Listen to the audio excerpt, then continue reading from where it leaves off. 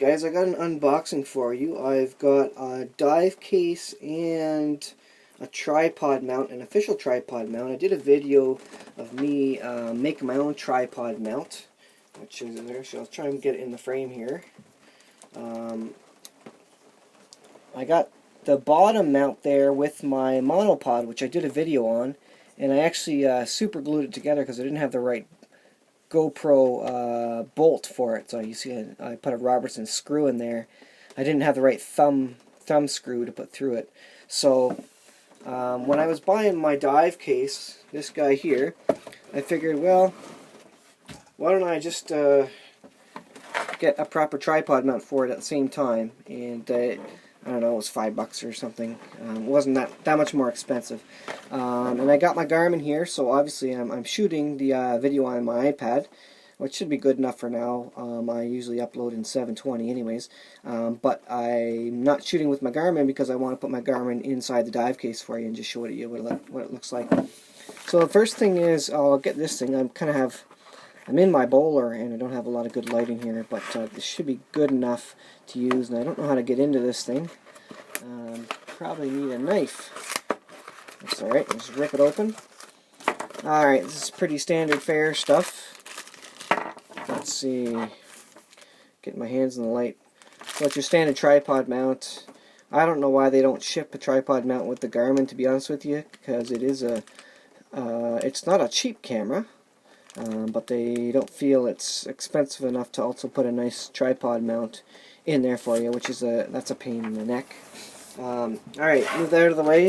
So this is the Garmin dive case. Sorry about the view there. A little awkward. This was, I think, $47 on Amazon Canadian.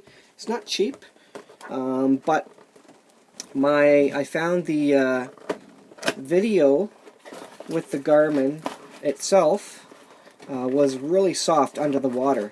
It is waterproof, they say, down to 1 meter. It's IPX7, but this case goes down to 50 meters, and the reviews are that this case makes it crystal clear under the water. So what you get is this case all wrapped up in plastic here. So it's all clear plastic. It's pretty thick plastic. It's got the button on the outside so you can turn it on and off. I actually haven't figured out how that actually actions the switch on the inside. And if there is a way for water to get in there, I don't know yet, but I'll find that out. It's got a flat front on it here. You just pop this guy up. Hope you can see that. Pop this guy up to open it.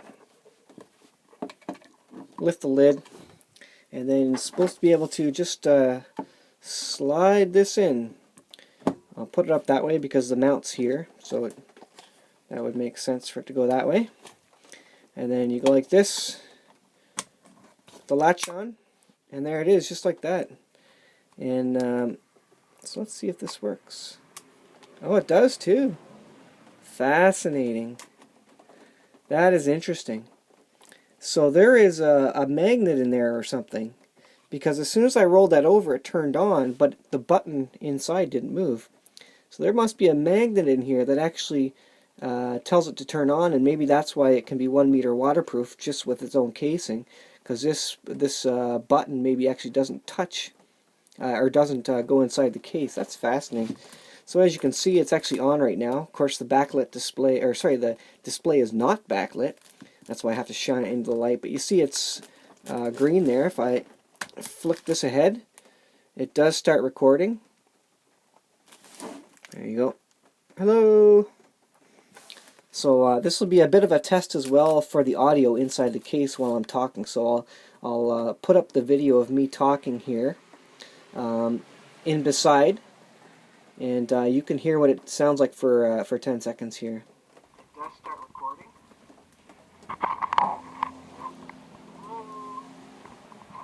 So this will be a bit of a test as well for the audio. So I don't know how garbled that is. There's what it looks like from the front. It's a little dusty. Now it comes with these little humidity moisture pads. You're supposed to stick these you slide them up on either side inside the lid here. Let's see, I kind of read the instructions a little bit. If you can see, yeah, you can see the slots on this side, the top slot and the bottom slot along the side there. You stick the little pads in there, and they suck up moisture. Now this is a humidity indicator. It is a brown. Well, brown means dry, green means wet, and you get a bunch of the pads with it, as you can see there. So you stick a pad in there, and I guess it keeps it extra dry when it's under the water. So that's interesting, or absorbs any moisture, maybe a drop or two that gets in there or something like that. Presumably, actually, so the lens doesn't fog up when you're going deep in there. So that's good, because I had an issue when I dropped this guy in alone. The temperature change in the ocean actually caused the air in there to condense on the screen, and it actually fogged up a little bit, which kind of pushed me to get this this proper case. So the temperature change won't affect the Garmin inside so quickly, so that will help resolve the lens on the Garmin itself. And then this will just ensure that I'm not getting water in the USB. I've never got it in there, but it's been wet and moist all around where it seals. So I know it's getting close.